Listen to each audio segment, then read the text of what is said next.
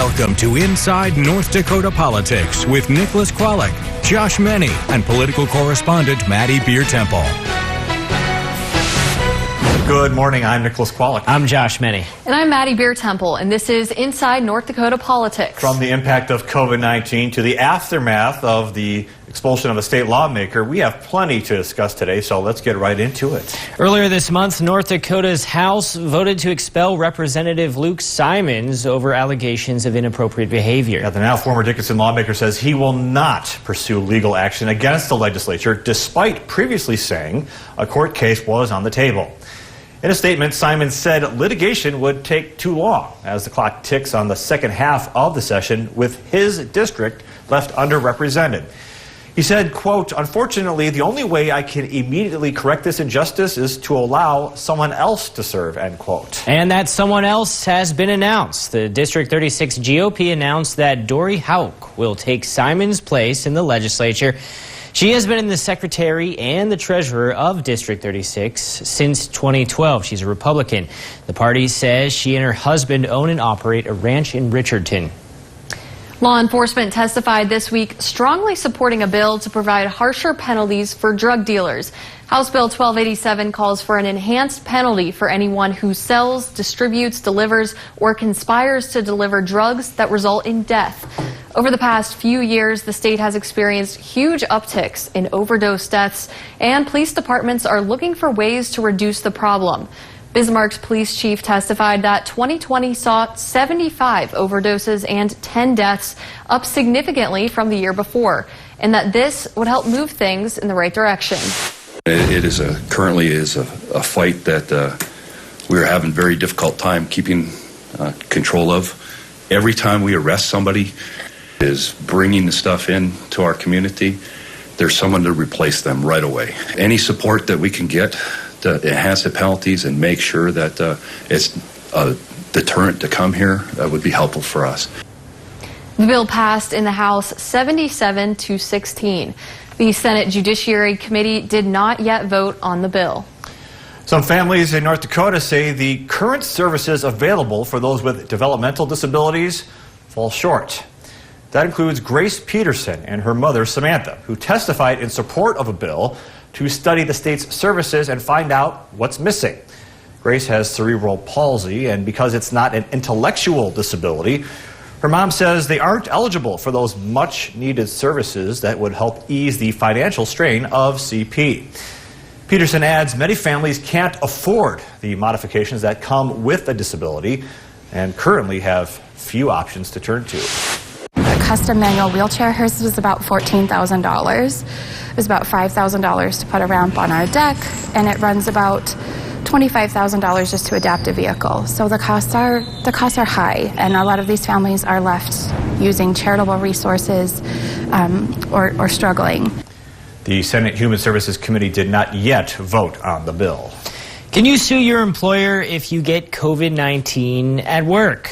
Well, two bills in the legislature would say you can't. House Bill 1376 and 1175 seek to protect employers from lawsuits. Representative Jim Casper introduced the bill, which gives businesses immunity from legal action brought by employees who catch COVID. That immunity would not apply, however, if the business acted recklessly or in a way that would intentionally cause harm. Casper says it's hard to prove where exposure to the virus happens and doesn't want to strain the employer-employee relationship. The employer is immune from civil liability for damage, loss, or injury that results from an employee contracting, being exposed to, or potentially being exposed to COVID during the course of employment. Landis Larson opposes the bill and says he's concerned it shields employers who might be putting their employees at risk. Larson says the bill gives too much protection to businesses and removes accountability for employers. This is just will end up being a shield for some bad employers that don't want to do the right thing because they're not forced to. And if both bills pass, they would take effect retroactively as of March 1st.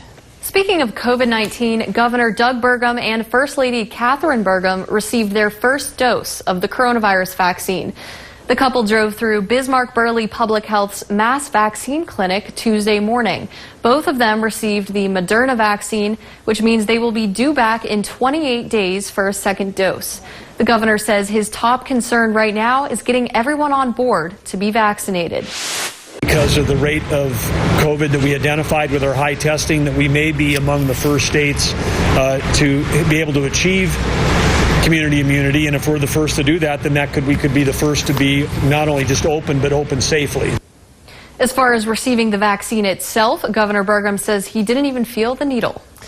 Still to come on Inside North Dakota Politics, a conversation with Republican Representative Glenn Bosch to discuss clean energy. Stay tuned. How do you open tough jar lids? Do you try this one? Or this one? Or how about this one? Honey? This is the future. Shouldn't there be a robot for this by now? There is. Introducing RoboTwist, the robotic jar opener that easily twists off even the toughest lids. Just set it down, press the button, and watch it work. First, the RoboStrong vise locks down tight. Then the powerful twisting action unscrews the lid. RoboTwist is yours for the special introductory price of just $19.99. That's right, the robotic jar opener that easily twists off even the toughest lids, all for just $19.99. Whether the jar is big or small, RoboTwist can open them all. Supplies are limited, so don't delay. Here's how to get yours today. Call 1-800-348-0353. That's 1-800-348-0353, or order online at buyrobotwist.com. Digital marketing is more than a business Facebook page. Partner with a team that can manage your digital efforts locally or worldwide. Take the next step. kxnet.com/result-driven. Get beautiful, one-of-a-kind floral arrangements at Flower Central. From plants, gifts, or stunning bouquets, our award-winning designers will help you every step of the way. Visit Flower Central today. Voted #1 flower shop in Minot 6 years in a row. In the Army National Guard, family means everything. Our parents, they were really supportive that all 5 of us would join. I got my education because of the Guard. I got to travel a little bit and experience a whole different culture. It helped me get my job, helped me pay for my house. Being part-time really helped because I could have some opportunities that were still in education. Serving part-time in the Army National Guard instills pride that you and your family will share. Visit NationalGuard.com to learn more about part-time service. Welcome back to Inside North Dakota Politics on KX.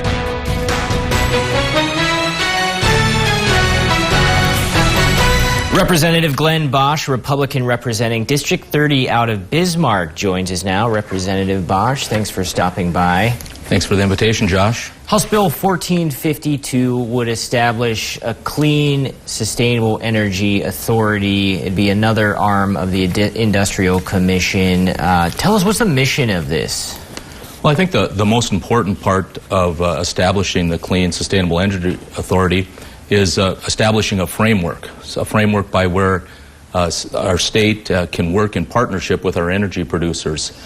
We know that there's emerging technologies that are coming to market, and it's important for our state to be leading when these technologies are put in place, and the authority puts the resources in place for us to take advantage of some of these new technologies and innovations as they come to market.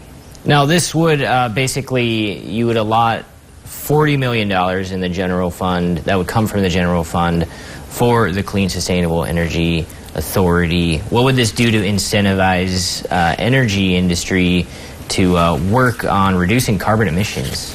Well, today, the $40 million, first of all, is there to establish a fund that makes available dollars for grants or loans, or more importantly even, maybe to take advantage of some federal funds that are going to become available through the current administration, and potentially some matching dollars that we could use towards some of those funds that become available. But when you think about the Clean Sustainable Energy Authority, I think what you have to do is understand the opportunities and the challenges that our energy producers have right now. Many of them are struggling with how to be cleaner, and on the other side, some are struggling to be more sustainable. So the authority is put in place to take advantage of whatever project or opportunities come to the state. Now, a large part of the bill is the language defining clean and sustainable. What is that language, and why is it important for basically setting the ground rules for North Dakota? So for me, I think the definition section of the bill is some of the most important language in the whole bill. You know, when you think about clean, I think that's the understanding that that the marketplace, the federal government, other states are expecting us to provide clean energy. They're demanding it. And so for our energy producers to be viable, they've got to be able to produce clean energy. On the other side of it, you know, you think about the word sustainable, you think about reliability, energy security, affordability. And so when you look at what's happened over the last couple weeks, I think it's clear that we need to have sustainable energy as well. When you think about the people that were standing in line with a propane tank or looking to get some water jugs filled, you know, they obviously would take all the sustainable energy that we could produce. And you're, of course, talking about Texas with the major storm they were not prepared for. Okay, so critics of this bill say, you know, it's clean and sustainable. That language is sort of disingenuous because the bill skews heavily towards natural gas, coal, oil, ethanol, and not actual renewable energies. Well, the dollars put in there aren't structured for any particular energy. And just like we talked before, even our renewables have challenges. They have challenges with grid reliability and grid accessibility. And so this bill isn't targeted to any one particular energy producer, but really for us to either make our clean energy more sustainable or our sustainable energy more clean. And of course, everyone is watching. There's major social political pressure towards reducing carbon emissions, tackling climate change. Even the Biden administration, their first days in office, there was a flurry of executive orders to tackle climate change. How does the Clean and Sustainable Energy Authority allow North Dakota to basically find a middle ground where you know, you're addressing climate change, but we're also going to be able to utilize this enormous amount of resources we have in our state? Yeah, you know, when you think about when we started working on this bill, that was 3 or 4 months ago, certainly before the election took place. But I think we recognized then that we needed to take advantage of whatever is brought to us going forward. And so I think the authority lets us be more forward thinking of however we're going to tackle the things that you just talked about. So I think what we're trying to do is be proactive rather than reactive to what's going to happen to us going forward. Representative Bosch, thanks for joining us. You're welcome, Josh. Stay with us. Up next, we'll hear from Democratic Representative Gretchen Dobrovich. Inside North Dakota Politics continues soon.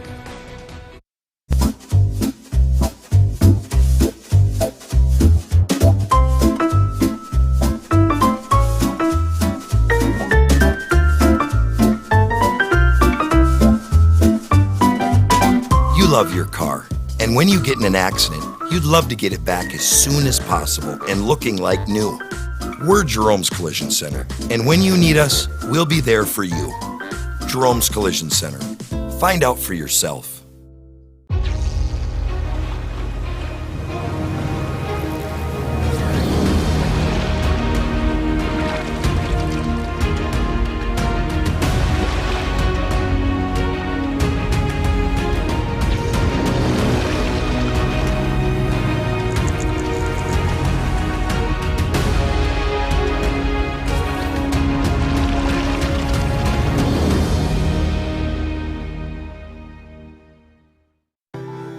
The world is a noisy place. People talk at each other and over each other, but nobody talks to each other. It gets us angry and it makes us cynical, and we don't learn or grow. I want to change that. So every night, we're going to sit down with America's top newsmakers and biggest celebrities, and I'm going to show you what happens when we have a conversation, when we actually communicate. So let's talk. Banfield, weeknights, 10/9 Central on News Nation. Hi, I'm Jamie. Welcome to Complete Nutrition. The holidays in 2020 are over. It's time to lose those pounds. Instead of another unsafe fad diet, at Complete Nutrition, our products are safe, they're effective, and they come with proven results. We will build you a targeted weight loss kit that will trick your body into thinking it's running a marathon all while you go about your day. You will lose weight starting today. Come on in to Complete Nutrition, where you can try it before you buy it. Success starts here at Complete Nutrition. Welcome back to Inside North Dakota Politics on KX.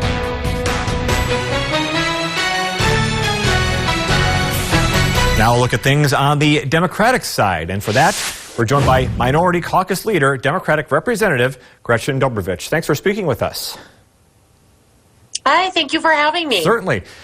First, Representative, your thoughts on former Representative Luke Simon's decision not to challenge his expulsion? You know, that's his decision. I guess that's my thoughts on it. It's his decision to make, and he made his decision.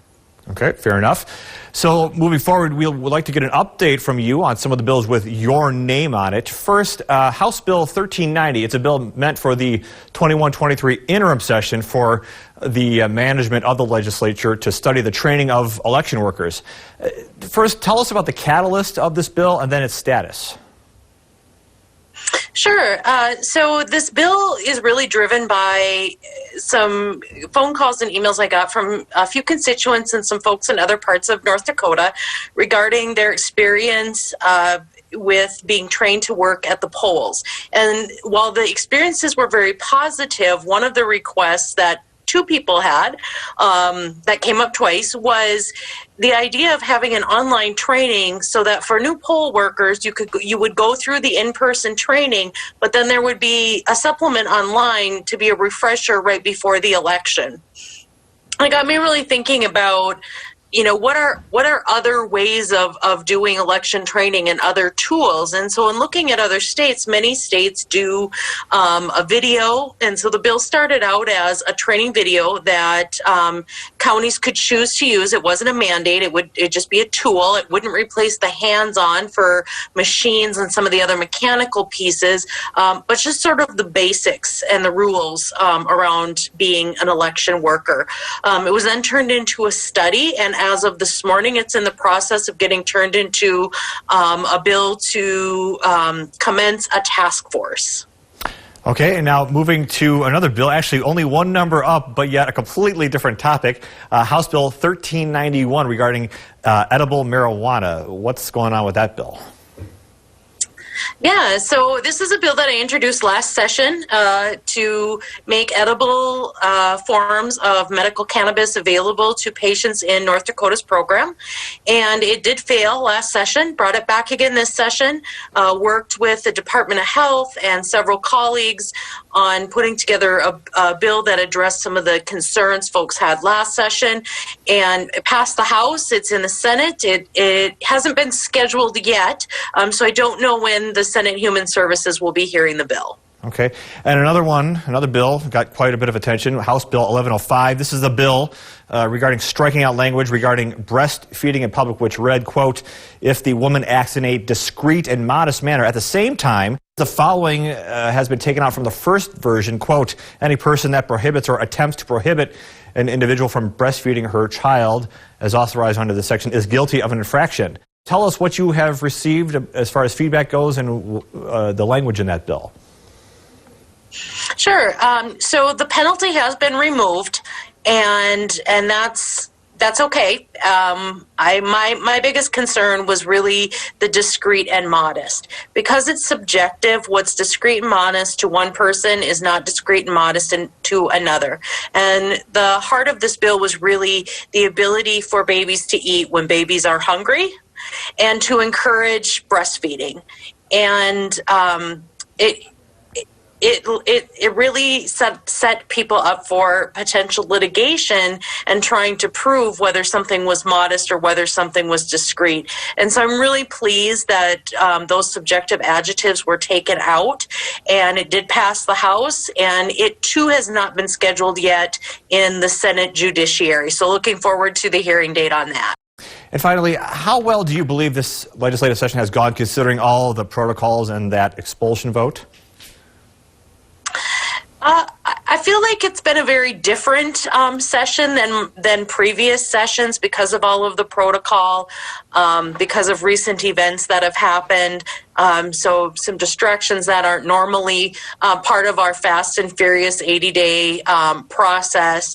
But I feel like it's gone really well. The investment in technology to be able to participate remotely has been tremendous.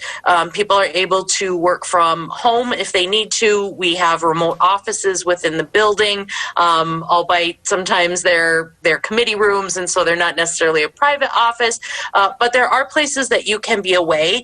The ban, or excuse me, I shouldn't say the ban, but the rule that we put in place to wear a mask on the House floor expires tomorrow.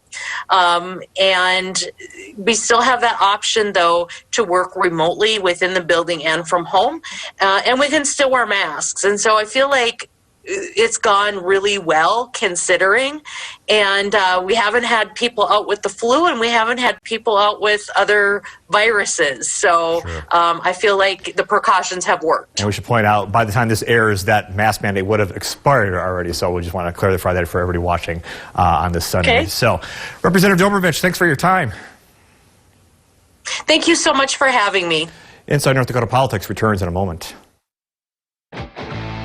Winter's best deals are at your local Northland Ford dealer, where you can get up to $5,000 total cash on a new Ford Escape. Warm up behind the wheel of an Explorer with up to $5,000 total cash. Or start up a stylish Edge with up to $6,000 total cash. Save big today on a new Ford SUV featuring available heated front seats and the tech to start your engine right from your phone. Only at your Northland Ford dealers. I grew up in a small town called Ligonier, Pennsylvania. It's in the greater Pittsburgh area. I went to college, I went to grad school. I was a distance runner in high school and college, and that kind of sport requires a lot of discipline and commitment and effort. In terms of how it relates to the show, I mean, we have to be up every morning at 3 o'clock, so just making sure I get into a routine, because I know how important morning news is to our communities. I'm Josh Meny, and I'm an anchor for Good Day Dakota.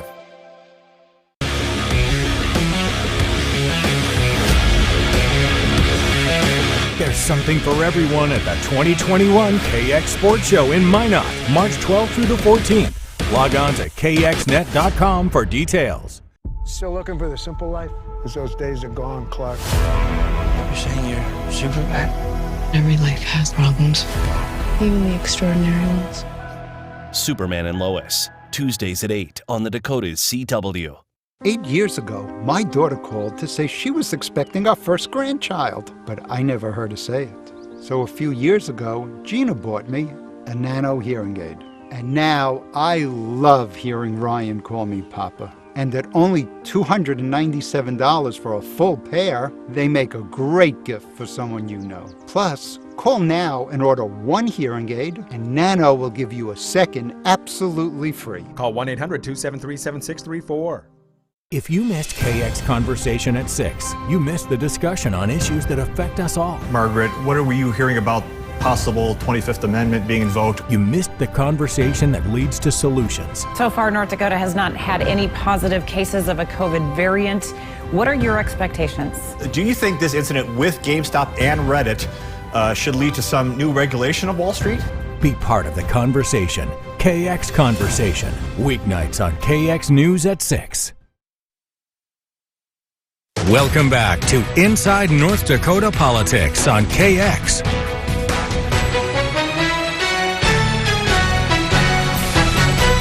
From politics to public health, the COVID-19 pandemic changed every North Dakotan's life in one way or another. So before we leave you this morning, we look back at what has been an unprecedented year. Tonight's top story and breaking news. The state has its first confirmed case of coronavirus. According to the North Dakota Department of Health, the state's first presumptive case is a man in Ward County. Last night, the Department of Health confirmed the state's first presumptive case of the novel coronavirus disease, or COVID-19, because we want to be making decisions on facts, not on fear, and we want to focus on preparation and avoid any panic. We do need to take this virus seriously. Schools are officially closing in North Dakota. Governor Doug Burgum, along with other state officials, declared an executive order closing all K-12 schools in the state.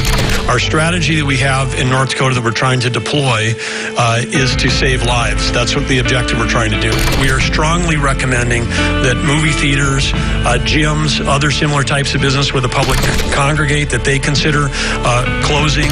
Bars and restaurants should consider closing or switching to food takeout or delivery options. Today we experienced our first COVID-19 related death in North Dakota. As we have said for some time, we knew this day would come, but we should prepare ourselves for the real possibility that this will not be our last. The NDHSAA voting to officially cancel the spring sports season along with winter basketball tournaments that were suspended in March. Finally hearing it is just an utter gut punch. I want to remind people that we are still facing some of the same challenges that we faced 3 months ago. I think for a lot of these kids, we just need to get them back into school, and we need to just kind of try to go about things as normally as we can. And just in a lengthy debate, Minot City Council members have voted to enforce a citywide mask mandate, voting unanimously that any visitor in city-owned buildings must wear a mask. Bismarck City Commissioners voted 3-2 late last night to pass a mask mandate for the city. I have to watch someone suffocate to death every day, and sometimes several times a day. The toll of this disease is not known by the public. There are increased hospitalizations all across the country, so there is no extra staff to bring in. Our hospitals are under enormous pressure now. Governor Doug Burgum has announced more mitigation measures to slow the spread of COVID-19. And those include an order from the state health officer requiring face coverings to be worn in indoor businesses and indoor public settings as well as outdoors when distancing isn't possible. To be clear, these are statewide requirements, not simply recommendations. Will not be wearing a mask, Governor Burgum. It is against the rights of the people. It's unconstitutional. I want to congratulate the governor for making the right decision. 4 volunteers were injected with their first dosage of the Pfizer COVID-19 vaccine. I've seen what this disease can do to people and their families. This is a real chance for us to put an end to this pandemic. So the day will come, and it will be in 2021 when we can take off our masks and we can throw them away, take them off for the very last time. But we can only do that if we do what needs to be done today to keep ourselves, our families, and our communities and our country safe.